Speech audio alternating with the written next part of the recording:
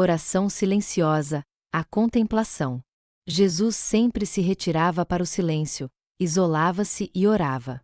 Certamente, ele levava diante de Deus muitas coisas que estavam em seu coração. Mas Deus não sabe, na verdade, o que se passa dentro de nós. A oração não é informar Deus, é esclarecer nosso interior. Ao expressarmos o que nos move, começa um processo de cura.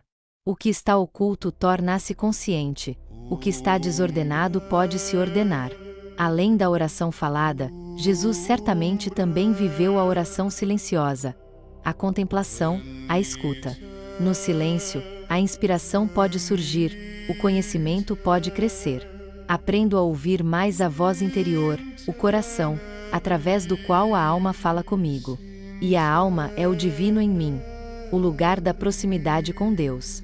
Quando confio nessa orientação interior, ouço a voz de Deus com mais clareza. E não sou mais tão facilmente manipulável. Fique em silêncio e reconheça. Queridos amigos, o mundo ficou barulhento. Vozes por toda parte. Opiniões por toda parte. Exigências por toda parte. O ser humano ouve muitas coisas, mas muitas vezes não ouve mais o que fala em seu próprio coração. Por isso, o caminho da oração silenciosa nos convida a ouvir novamente o nosso interior. A contemplação não é um luxo para poucos. É um caminho para todos os seres humanos. Um caminho para a clareza. Um caminho para a fonte da alegria e do amor que Deus colocou em nós. O próprio Jesus nos mostrou esse caminho.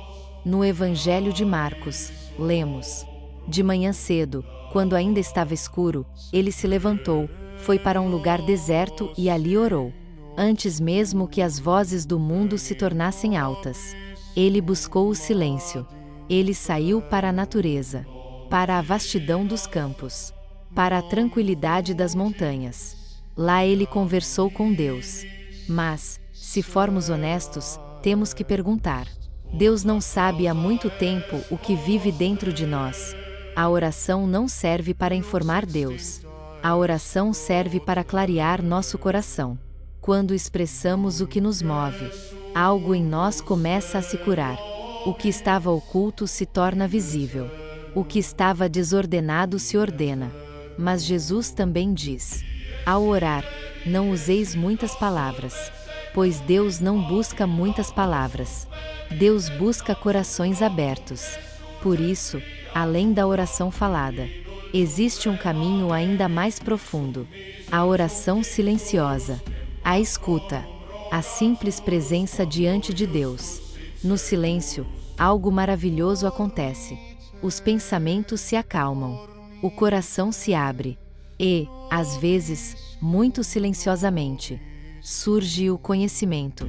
Jesus diz no Evangelho de Lucas: o reino de Deus está dentro de vocês.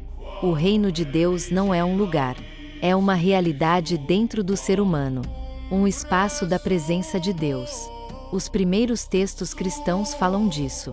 No Evangelho de Tomé, disse, em sentido figurado: no silêncio do coração, a alma desperta para a luz divina. E no Evangelho de Maria Madalena, a alma acende a luz através do conhecimento interior. Estas palavras nos lembram: Deus não está longe. Ele está mais perto do que a nossa respiração. O verdadeiro templo de Deus não é feito de pedra. O verdadeiro templo é o próprio ser humano. O corpo é o templo, e a alma é o seu santuário. Por isso, o Evangelho da Paz também nos convida: vão para os campos e florestas, e aprendam com a Mãe Terra.